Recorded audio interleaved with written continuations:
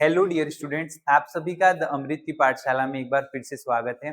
हमने previous lecture में metals and non metals topic number 12 and topic number 13 तक discuss किया था। हमारा टॉपिक 13 था एक्सट्रैक्शन ऑफ मेटल्स, धातुओं का निष्कर्षण। हमने ये लास्ट टॉपिक कवर किया था। सो नेक्स्ट टॉपिक है एक्सट्रैक्शन अकॉर्डिंग टू रिएक्टिविटी, यानी रिएक्टिविटी के अकॉर्डिंग एक्सट्रैक्शन। यानी अगर लेस रिएक्टिव एलिमेंट है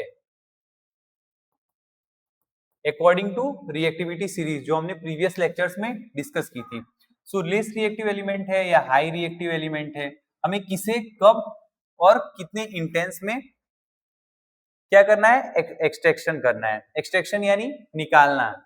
a high reactive metals examples potassium, sodium, calcium, magnesium and aluminium, these all are the high reactive metals. These metals cannot be obtained by reduction with carbon. ये carbon से reduction पे हमें नहीं मिल सकती है। They are generally extracted by electrolysis. Electrolysis यानी displacement या तो टूटना। किससे टूटना? पानी की मदद से या इलेक्ट्रिफिकेशन की मदद से। Example electrolysis of molten sodium chloride, यानी हमने क्या पाया electrolysis of molten sodium chloride, यानी इलेक्ट्रोलाइसिस हमने किसका किया? मोल्टेन सोडियम क्लोराइड का। मोल्टेन सोडियम क्लोराइड यानी NaCl, ये किस फॉर्म में रहेगा? Semi solid and semi liquid form में। Semi solid and semi liquid form में। देन कैथोड पे हमें क्या मिलेगा? कैथोड पे हमें Na प्लस इलेक्ट्रॉन मिलेगा। एनोड पे हमें क्या मिलेगा? 2 क्लोराइड मॉलिक्यूल्स एंड और कुछ नहीं मिलेगा। देन अच्छा एक चीज और समझिएगा, जब हम इलेक्ट्रोलाइसिस करेंगे मोल्टेन सोडियम क्लोराइड का, सो हमें कैथोड ट्यूब पे सोडियम पॉजिटिव और एनोड ट्यूब पे क्लोरीन नेगेटिव। यानी अगर इलेक्ट्रोलाइसिस हो रहा है, ये दो सेल हैं इलेक्ट्रोलाइटिक सेल्स, अगर ये एनोड है, एनोड यानी आप इससे समझिए कि अगर क्लोरीन यहां चिपक रहा है, क्लोरीन के ऊपर चार्ज नेगेटिव चार्ज है, तो नेगेटिव चार्ज है जब क्लोरीन के ऊपर, तो एनोड का चार्ज पॉजिटिव होगा और कैथोड का चार्ज नेगेटिव होगा। कैथोड का चार्ज नेगेटिव होगा। अगर कैथोड का चार्ज नेगेटिव है तभी यहां सोडियम बाइंड कर रहा है। तो आफ्टर ऑल कहने का मतलब ये है कि आपके एनोड पे यानी पॉजिटिव चार्ज पे आपका क्लोरीन अटैच हो जाएगा जो कि नेगेटिवली चार्ज है, जबकि कैथोड पे जो कि नेगेटिवली चार्ज है उस पे सोडियम अटैच हो जाएगा जो कि पॉजिटिवली चार्ज है। अब मॉडरेटली रिएक्टिव एलिमेंट हमने क्या क्या देखा? Extraction according to reactivity series, जो कि हाई रिएक्टिव एलिमेंट है उनका एक्सट्रैक्शन कैसे करना है, जो इलेक्ट्रोलाइसिस से होगा। जो कि अब मॉडर्न रिएक्टिव मेटल्स को कैसे करेंगे? एग्जांपल इसका क्या होगा? Zinc, iron and lead. Zinc, iron and lead को सिंबलिक फॉर्म में लिखेंगे ZnFePb। लेड Pb होगा, आयरन Fe होगा और जिंक Zn होगा। Their oxides can be generally be reduced using carbon. इनके जो ऑक्साइड्स होंगे हमें कार्बन रिडक्शन से मिल जाएंगे। Example zinc oxide plus carbon, अगर इसका कार्बन से रिडक्शन कराया जाए तो रिएक्टिविटी सीरीज के अकॉर्डिंग जिंक क्या करेगा? कार्बन ऑक्सीजन के साथ बाइंड हो जाएगा और जिंक इंडिपेंडेंट फॉर्म में आ जाएगा। यानी जो जिंक ऑक्साइड है कार्बन से रिएक्ट करके क्या बना देगा? जिंक और कार्बन ऑक्साइड बना देगा, carbon monoxide. Then low reactive metals का क्या होगा? हाई रिएक्टिव मेटल्स से example copper, mercury, silver, gold. They can often be obtained by heating their compounds through other reactively simple process. यानी ये कैसे हमें प्राप्त होंगे? They can be obtained by heating their compound और through the other relatively simple process, जैसे roasting है, calcination है। अब रोस्टिंग समझेंगे। रोस्टिंग यानी क्या होता है? भर्जन, हीटिंग अ सल्फाइड अर्थ heating a sulphide ore, sulphide ore को क्या करेंगे हम, हीट करेंगे in the presence of excess air is known as roasting. हमने क्या किया कि एक्सिस एयर के प्रेजेंस में हमने क्या किया, रोस्टिंग की। रोस्टिंग की तो हमें क्या मिला, heating a sulphide ore strongly in the presence of excess air is called as roasting. Then हमें क्या मिल गया, ऑब्टेन क्या हुआ, हमें ऑब्टेन हुआ 2 मोल ऑफ जिंक सल्फेट को, जिंक सल्फाइड को हम अगर क्या करेंगे, ऑक्सीजन की हेल्प में in the presence of excess air, यहां जो लिखा है, सो हमें क्या मिल जाएगा, zinc oxide plus 2 mole of SO2। Then calcination क्या होता है, निस्तापन, निस्तापन यानी heating a carbonated ore strongly in limited air और no air is known as calcination. Basically हमें ये समझना है रोस्टिंग क्या है। रोस्टिंग ये है कि जिस भी मॉलिक्यूल को, जिस भी कंपाउंड को, सल्फाइड ओर को हम किसके अंदर हीट कर रहे हैं, एक्सेसिव एयर यानी more amount of air, high amount of air. जबकि कैल्सिनेशन में क्या हो रहा है, कैल्सिनेशन में हम एयर का यूज नहीं कर रहे हैं, जहां पे एयर यूज बिल्कुल नहीं होगी, is known as calcination. Then thermite अभिक्रिया यानी थर्माइट रिएक्शन। अगर थर्माइट रिएक्शन की बात करें तो थर्माइट रिएक्शन क्या है, exothermic reaction in which aluminium reduces the oxide of another metals is known as thermite reaction. यानी अ हाई एक्सोथर्मिक रिएक्शन जिसमें हीट बाहर निकलेगी, in which aluminium reduces, aluminium क्या हो रहा है, एल्यूमिनियम का रिडक्शन हो रहा है। रिडक्शन यानी addition of hydrogen and removal of hydrogen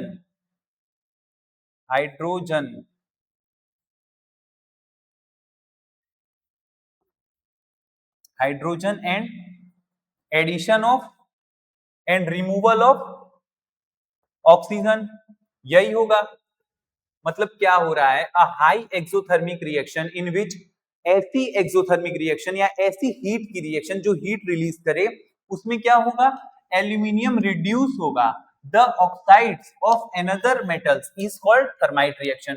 यानी ऐसी रिएक्शन जिसमें एल्यूमिनियम रिड्यूस होके ऑक्साइड बनाएगा, उसे हम थर्माइट रिएक्शन कहेंगे। क्या कहेंगे, थर्माइट रिएक्शन। देन नेक्स्ट है, इसका एग्जांपल क्या होगा, इसका एग्जांपल होगा iron oxide plus 2 mole of aluminium gives iron और एल्यूमिनियम ऑक्साइड प्लस हीट।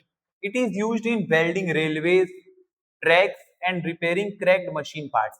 इसका यूज कहां कहां हो रहा है, रेलवे में, मशीन्स में, ट्रैक्स में, उसको रिपेयर करने के लिए। अब कोरोजन हमने प्रीवियस लेक्चर्स में भी देखा। कोरोजन क्या है, अगर हम मेटल के पार्ट्स को अगर एक्सपोज कर रखेंगे एयर में, मॉइस्चर में और हाईली एक्सपोज्ड एनवायरनमेंट में अगर हम रखते हैं, तो क्या होता है, हमारा आयरन या कोई भी पीस ऑफ मेटल हमारा कोरोड कर जाता है, यानी खराब हो जाता है, जिसपे जंग लग जाता है। उसे हम समझते हैं जब the gradual destruction of metal due to the reaction with substance present in environment, खुले एनवायरनमेंट में रखा गया, is known as corrosion. Then इसका एग्जांपल क्या होगा, रस्टिंग ऑफ आयरन इसका एग्जांपल होगा, high example rusting of iron. Then iron reacts with oxygen and moisture to form rust. क्या हो रहा है यहाँ पे, मॉइस्चर और रस्ट से रिएक्ट कर जा रहा है टू फॉर्म रस्ट। आयरन किससे रिएक्ट कर रहा है, ऑक्सीजन से और मॉइस्चर से to form rust. Hydrated iron यानी हाइड्रेटेड आयरन से ऑक्साइड बन जा रहा है। Rusting requires oxygen, water, moisture etcetera. Then next क्या है, प्रिवेंशन ऑफ कोरोजन, कैसे प्रिवेंट कर सकते हैं। सो पेंटिंग कर दी हमने, ऑयलिंग कर दी किसी मटेरियल की, अगर आयरन है, एक्सपोज्ड आयरन है, उस पर हमने पेंट लगा दिया, तो वो क्या हो जाएगा, कोरोजन से प्रिवेंट हो जाएगा। हमने उसके ऊपर ऑयलिंग कर दी तो भी वो कोरोजन से प्रिवेंट हो जाएगा। गैल्वेनाइजेशन कर दिया, एलॉइंग कर दी, और क्या कर दिया, इलेक्ट्रोप्लेटिंग कर दी। ये सारे प्रोसेस हैं किसके लिए, टू प्रिवेंट कोरोजन, संरक्षण से बचाव के लिए। गैल्वेनाइजेशन क्या होता है, अगर प्रोसेस को डीपली समझते हैं कोटिंग आयरन और steel with a layer of a zinc protecting from rust is known as galvanisation. Zinc की लेयर से किसी भी मेटल, स्पेसिफिकली और बेसिकली आयरन की, उसी को हम लोग कहते हैं गैल्वेनाइजेशन। आयरन की कोटिंग या तो स्टील की coating with a layer of zinc, zinc की लेयर से coating to protect it from rust is known as galvanisation. Then alloys क्या होता है? मिश्र धातु। An alloy is a homogeneous mixture of two or more metal or a metal and a non metal.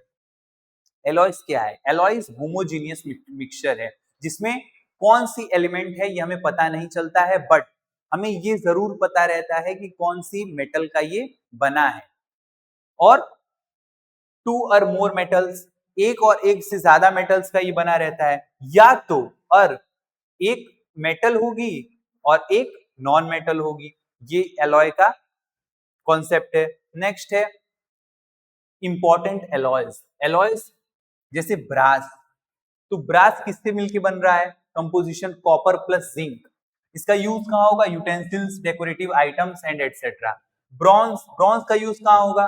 Copper plus tin इसका composition है। Use कहां होगा? Status, medals etcetera. Solder कहां यूज होगा? यूज होगा ज्वाइनिंग इलेक्ट्रिकल कंपोनेंट्स। कैसे बनता है? लीड प्लस टीन से बनता है। स्टेनलेस स्टील कैसे बनता है? आपने कई जगह सुना होगा स्टेनलेस स्टील की स्केल है, स्टेनलेस स्टील का मेटल है, स्टेनलेस स्टील का कोई यूटेंसिल है। तो ये कैसे बन रहा है? आयरन प्लस क्रोमियम प्लस निकल से। इसका एक काम कहाँ है? Utensils, surgical instruments and etcetera.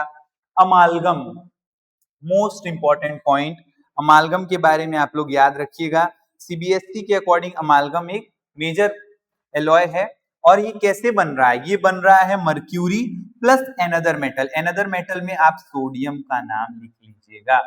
Mercury plus another metal. और क्या? वेरियस एप्लीकेशंस में इसका यूज होता है। नेक्स्ट है स्टूडेंट्स आपका chemical properties of non metal, यानी अधातुओं के रासायनिक गुण। अधातुओं के रासायनिक गुण क्या है? आइए समझते हैं।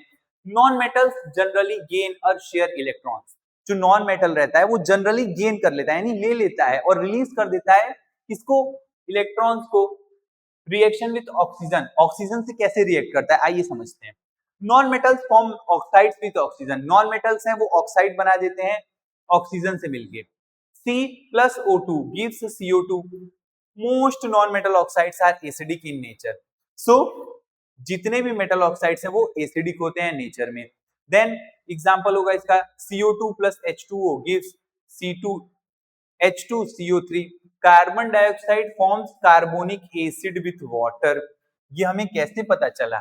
अगर नॉन मेटल है, नॉन मेटल क्या कर रहा है? Non metal forms oxides with oxygen and non-metal generally gains or share the electrons. अब रिएक्शन विथ वाटर में क्या होगा? Most non metals oxides are acidic in nature. ये कैसे प्रूफ हो रहा है? ये ऐसे प्रूफ हो रहा है कि अगर कोई भी नॉन मेटल है, CO2 जो नॉन मेटल है, CO2 अगर वाटर से रिएक्ट कर रहा है तो क्या बना दे रहा है? कार्बोनिक एसिड बना दे रहा है। नेक्स्ट है यूजेस ऑफ मेटल। मेटल के यूज कहां पे है? आयरन का यूज कहां होगा? कंस्ट्रक्शन, मशीनरी, व्हीकल्स, व्हीकल बनाने में, बिल्डिंग्स बनाने में, मशीनरी बनाने में लोहे का उपयोग होगा। आयरन का यूज यहाँ हो रहा है। कॉपर का यूज कहां होगा? इलेक्ट्रिक वायर में, तांबे की गिलास बनाने में, मेटल्स बनाने में, इलेक्ट्रिकल अप्लायंसेस बनाने में। आप देखते होंगे अगर किसी का पंप जल गया है तो उसमें कॉपर की प्लेटिंग होगी, वायरिंग होगी। देन एल्यूमिनियम, और एल्यूमिनियम कहाँ यूज होता है? एयरक्राफ्ट में, मशीनरी, जेट्स बनाने में, यूटेंसिल यानी बर्तन बनाने में, फॉइल्स यानी जो जिसमें खाने को कोट किया जाता है, एल्यूमिनियम फॉइल बनाने में, इलेक्ट्रिकल ट्रांसमिशन बनाने में। गोल्ड एंड सिल्वर का यूज कहाँ किया जाता है? ज्वेलरी में, जैसा कि आप सब जानते हैं। डेकोरेटिव आइटम्स में। जिंक का यूज कहाँ होता है? Zinc used for galvanisation. हमने सुना और पढ़ा है, क्या पढ़ा है? हमने पढ़ा है कि जिंक की प्लेटिंग कहाँ हो रही है? जिंक की प्लेटिंग स्टील पे या आयरन पे हो रही है to prevent it from corrosion, जिसे हम लोग क्या बोल रहे हैं? गैल्वेनाइजेशन कह रहे हैं। मेकिंग एलॉयज में इसका यूज हो रहा है, एलॉय बनाने में इसका यूज हो रहा है। Then uses of non metals. अधातुओं के उपयोग क्या क्या होंगे? Oxygen used for respiration and medical purpose में इसका यूज है और रेस्पिरेशन में यूज है। नाइट्रोजन का यूज कहाँ है? In fertilisers and food preservation. Fertiliser में जो पौधों को नाइट्रोजन चाहिए रहता है, किस लिए? क्लोरोफिल कंटेंट बढ़ाने के लिए, उनकी ग्रोथ बढ़ाने के लिए, उनका क्या बढ़ाने के लिए? उनकी प्रोडक्टिविटी एंड फर्टिलिटी बढ़ाने के लिए नाइट्रोजन यूज होता है फर्टिलाइजर्स में। एंड फूड प्रिजर्वेशन में यूज किया जाता है। क्लोरीन यूज किया जाता है कहाँ पे? Used for water purification and manufacturing chemicals. इसे पूल्स में डाला जाता है, स्विमिंग पूल्स में डाला जाता है। किस लिए? क्योंकि ये पानी को प्योर रखता है। Iodine used as an antiseptic. Iodine को एंटीसेप्टिक क्योंकि वो घाव को सड़ने और पकने से बचाता है। Carbon used as graphite. Graphite in electrodes and pencils, diamonds is used for cutting and polishing. ये कहाँ यूज होता है? ग्रेफाइट कहाँ यूज हो रहा है? इलेक्ट्रोड्स में यूज हो रहा है, पेंसिल्स में यूज हो रहा है। डायमंड कहाँ यूज हो रहा है? ग्लास कटिंग में एंड पॉलिशिंग के लिए। Sulphur used in manufacturing sulphuric acids, match and other chemicals. Sulphuric acid कहाँ यूज हो रहा है? सल्फर कहाँ यूज हो रहा है? सल्फ्यूरिक एसिड बनाने में। और कहाँ बनाने में? मैच स्टिक बनाने में। नेक्स्ट है हमारा metal versus non metal, most important topic. सारे चैप्टर की समरी यही है।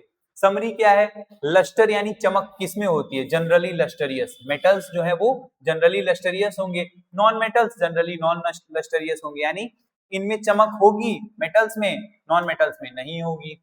और मेलेबल यानी उनको पतले शीट्स में पिरोया जा सकता है या नहीं? तो मेटल्स को पिरोया जा सकता है, इन्हें नहीं। ये सॉफ्ट होते हैं, ये हार्ड होते हैं। डक्टाइल यानी इन्हें एक पतले लंबे तार में कन्वर्ट किया जा सकता है या नहीं? तो मेटल्स को कन्वर्ट किया जा सकता है, they are ductile and non metals are non ductile. Conductivity की बात की जाए तो metals are good conductor of heat and electricity, but non metals are poor conductor of heat and electricity.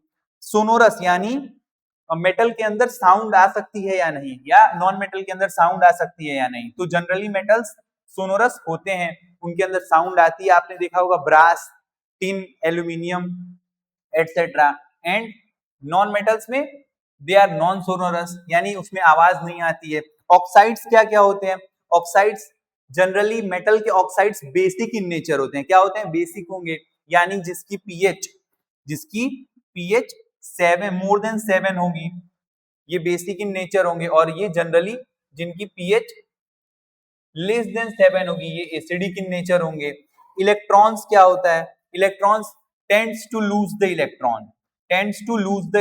Electrons को ये जल्दी छोड़ देंगे। क्यों छोड़ देंगे? क्योंकि इनकी आउटर शेल खाली रहती है। इन्हें आउटर शेल या तो फुलफिल करनी है, या तो गेन करेंगे या तो लूज करेंगे। तो इनके पास जनरली ये लूज कर देते हैं। और ये क्या करेंगे? या तो लूज करेंगे या तो गेन करेंगे। ये किस पे डिपेंड करेगा? ये डिपेंड करेगा आपके आउटर शेल पे, इनके आउटर शेल पे, कि आखिरकार कितने इलेक्ट्रॉन्स हैं कि वो लूज करें या गेन करें। सो यहां आपका मेटल्स एंड नॉन मेटल्स बच्चों ओवर होता है। आप इसे अच्छे से रिवाइज करिए, पढ़िए और कॉन्सेप्ट को अच्छे से समझिए। Thank you.